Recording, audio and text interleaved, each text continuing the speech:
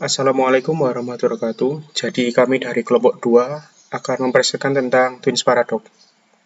Next.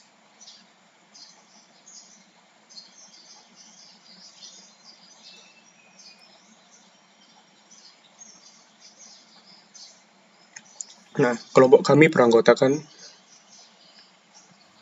Saya Anggi Rosiana. Saya Cahaya Safiera. saya Hilman Muhammad Arofik. Saya Rizka Prilina. Dan saya Tati Ayudyaningru. Nah, pernah nggak sih kalian ngerasa kalau satu hari itu lama banget kalau kita nggak ngapa-ngapain, sedangkan kita terasa cepat banget kalau kita tiktokan atau melakukan hobi kita. Nah, itu yang dinamakan tentang waktu itu relatif. Hal ini bakal kita bahas drama si kembar yaitu Rizka dan Rizky.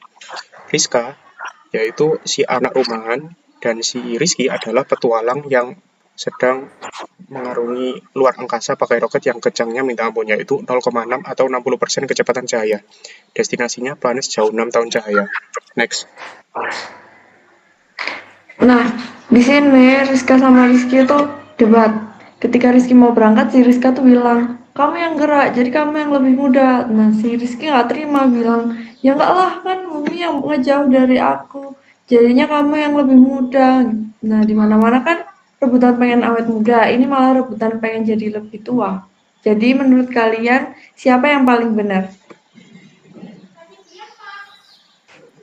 Next. Oke, mari kita spill faktanya. Nah, biar nggak chaos, kita harus lihat siapa yang paling banyak effortnya. Nah, si Rizka itu anteng di bumi. Dia nggak pindah-pindah jalur. Tapi si Rizky, dia harus ngerem, putar balik, terus tancap gas lagi buat pulang. Nah, pas momen Rizky putar balik ini, dia itu pindah ke rangka acuan atau pindah jalur waktu. Karena Rizky yang mengalami perubahan arah dan percepatan, alam semesta mutusin kalau Rizky lah yang waktunya melambat secara nyata. Jadi asimetri ini yang mutusin siapa yang beneran muda. Next.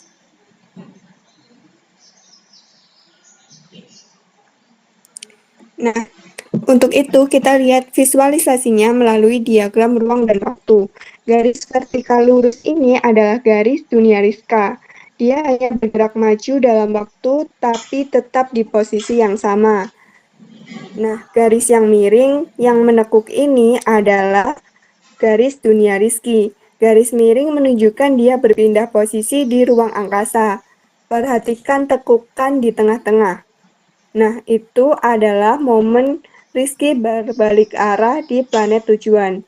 Garis-garis diagonal 45 derajat ini adalah sinyal cahaya yang dikirim Rizka.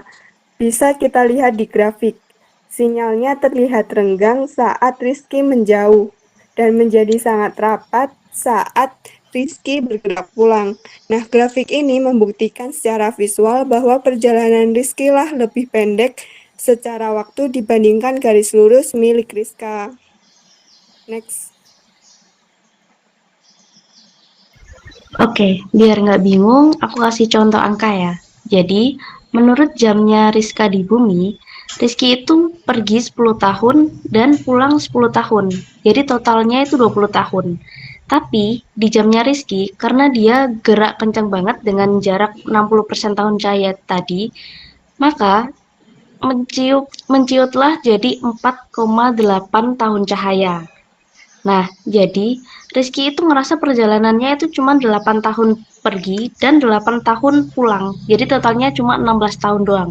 Nah, pas mereka ketemu lagi, Rizka ini udah 20 tahun dan Rizky hanya 16 tahun. Next.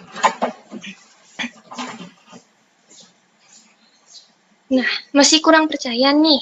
Kami memiliki bukti berupa riwayat komunikasi yang dapat dianalogikan sebagai sinyal cahaya. Setiap tahun, pada hari ulang tahun Rizka, dia mengirimkan sinyal kepada Rizky. Ketika Rizky bergerak menjauh, sinyal tersebut mengalami perlambatan sehingga dalam kurun waktu 8 tahun hanya 4 sinyal yang berhasil diterima. Sebaliknya, saat Rizky berbalik arah dan bergerak mendekat, sinyal datang secara beruntun dalam rentang waktu 8 tahun yang sama. Dia menerima hanya 16 sinyal. Akumulasi total sinyal yang diterima Rizky adalah 20, yang mengonfirmasi bahwa Rizka telah mengalami pertambahan usia selama 20 tahun, sementara itu Rizky hanya merasakan perjalanan selama 16 tahun. Baik, sekian presentasi dari kelompok kami. Mohon maaf apabila ada salah kata. Terima kasih. Wassalamualaikum warahmatullahi wabarakatuh.